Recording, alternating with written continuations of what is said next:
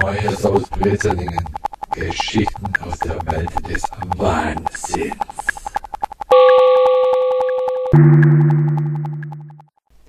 Veganer färben zu Ostern Bananen anstatt Eier. Brezelingen. Eine schwäbische Firma, die vegane Lebensmittel produziert, bietet ab diesem Jahr zu Ostern gefärbte Bananen als Alternative zu gefärbten Eiern an. Wir verwenden nur Bananen aus Boden- und Freilandhaltung. Darauf legen wir großen Wert, erzählt uns der Pressesprecher des noch jungen Unternehmens. Er erzählt uns auch, dass die Bananen den Grad ihrer Krümmung selbst bestimmen dürfen. Selbstbestimmte Bananen bestimmen immer mehr den europäischen Markt. Sie sind selbstbewusster und haben eine stabilere Schale, die sich sehr gut einfärben lässt. Unsere Bananen werden selbstverständlich mit pflanzlichen Farbstoffen gefärbt, die absolut ungefährlich sind. Sowohl für die Bananen wie auch für den Menschen. Es gibt sehr viele Vorteile, die Bananen gegenüber Eiern haben. Sie müssen nicht gekocht werden, sie lassen sich leichter schälen und man braucht kein Salz oder andere Würzmittel, um ihren Geschmack zu verstärken. Wenn die Idee in diesem Jahr gut ankommt, will die Firma im nächsten Jahr auch gefüllte Schokobananen, ausgeblasene Bananen und Überraschungsbananen auf den Markt bringen. Weitere Vermarktungsideen sind unter anderem Bananenuhren, Bananenbecher, Spiegelbananen, Rührbananen, Bananennudeln und so weiter.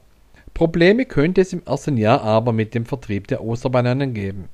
Da in Deutschland traditionell der Osterhase an Ostern bunt gefärbte Eier versteckt, weigert sich der Hase zur Auslieferung der Bananen. Das verstößt gegen meine Berufsehre.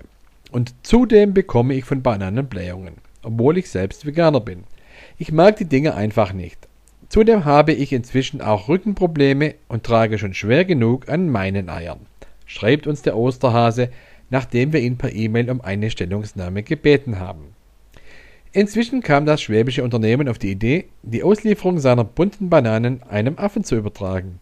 Der kennt sich zumindest mit Bananen besser aus als der Hase mit den Eiern, sagt Pressesprecher Hans B. Den Bezug von Hase und Eier habe ich sowieso noch nie verstanden. In meinen Augen hat sich da der Hase schon immer zum Affen gemacht, lacht Hans B., wird aber schnell wieder ernst und fügt hinzu, da nehmen wir doch lieber gleich einen echten Affen. Ein kleines Problem übersieht der vegane Pressesprecher aber vermutlich. Während der Osterhase seine Eier am Boden bzw. in Bodennähe versteckt, besteht bei dem noch unerfahrenen Osteraffen die Gefahr, dass dieser die Osterbananen auch in Bäumen oder anderen schwer zugänglichen Orten versteckt. Es wäre wirklich sehr schade, wenn die liebevoll gefärbten Bananen irgendwo einsam und allein vor sich hinfaulen müssten. Vielleicht sollte man sie, zumindest im ersten Jahr noch, mit einem GPS-Sender ausstatten. Wenn man wüsste, wo die nicht gefundenen Bananen liegen, könnte man sie nach Ostern an randalierende Chaoten weitergeben.